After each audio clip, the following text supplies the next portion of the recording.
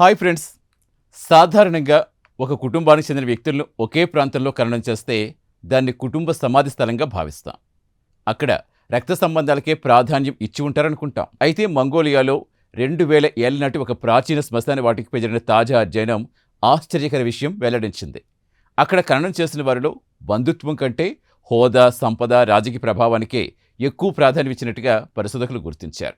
ప్రాణం పోయినా సరే బంధాల కంటే ఆస్తి, అంతస్తులకు విలువిచ్చిన ఆ ప్రాచీన సామ్రాజ్యం కదేంటో ఇప్పుడు తెలుసుకుందాం. ఫ్రాన్స్లో యూనివర్సిటీ ఆఫ్ టులూస్కు చెందిన అమెలిన్ అల్కోస్ నేతృత్వంలో పరిశోధకులు ఈ అధ్యయనం నిర్వహించారు. యాంటిక్విటీ జర్నల్లో ప్రచురితమైన ఈ అధ్యయనంలో మంగోలియాలో టామిర్ అనే ప్రాచీన శ్మశాన వాటికి విశ్లేషించారు.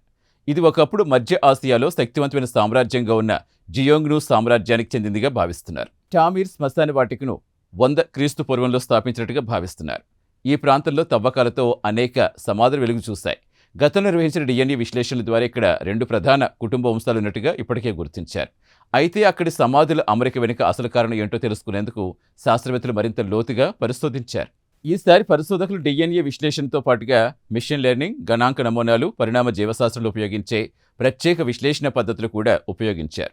సమాధుల్లో ఉంచిన వస్తువులు, మృతదేహాల స్థానం, ఖననం చేసిన విధానం వంటి అంశాలు పరిశీలించి వాటి మధ్య సంబంధాలను అధ్యయనం చేస్తారు. అధ్యయనంలో అత్యంత ఆసక్తికర విషయం ఏంటంటే సమాధుల స్థానం నిర్ణయించడంలో రక్త సంబంధాల కంటే సంపద, సామాజిక హోదా ఎక్కువ ప్రభావం చూపినట్టుగా తేలింది.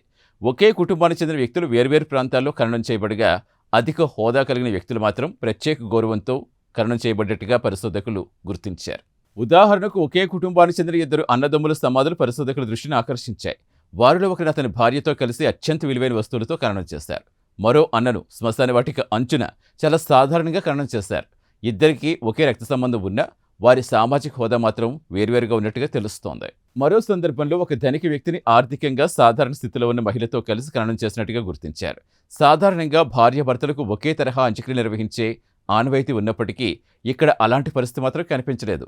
దీంతో జియోంగ్ను సమాజంలో సామాజిక స్థానం, రాజకీయ ప్రభావం వంటి అంశాలే చాలా కీలక పాత్ర పోషించి ఉండవచ్చని పరిశోధకులు భావిస్తున్నారు. చూస్తారుగా, 2000 ఏళ్ల క్రితం జీవించిన ప్రజల గురించి ఒక అధ్యయనం ఒక ఆసక్తికర విషయం వెల్లడించింది. కుటుంబ బంధాలు ముఖ్యమైనవే అయినప్పటికీ జియోంగ్ను సామ్రాజ్యంలో అధికారం, హోదా, రాజకీయ అనుబంధాలే వ్యక్తి గుర్తింపును ఎక్కువగా నిర్ణయించినట్టుగా ఈ పరిశోధన సూచిస్తోంది. అంతేకాదు, ఆధునిక సాంకేతికతలు, డిఎన్ఏ విశ్లేషణ, మిషన్ లెర్నింగ్ వంటి పద్ధతులు ఉపయోగించి ప్రాచీన నాగరికతల సామాజిక నిర్మాణాలు కూడా అర్థం చేసుకోవచ్చని ఈ అధ్యయనం నిరూపించింది.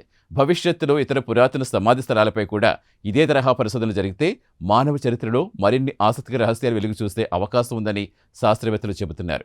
ఈ ప్రత్యేక కథనంపై మీ అభిప్రాయాలు కామెంట్ ద్వారా తెలపండి. వీడియో నచ్చితే లైక్ చేసి ఛానల్ సబ్స్క్రైబ్ చేయండి. Thank you.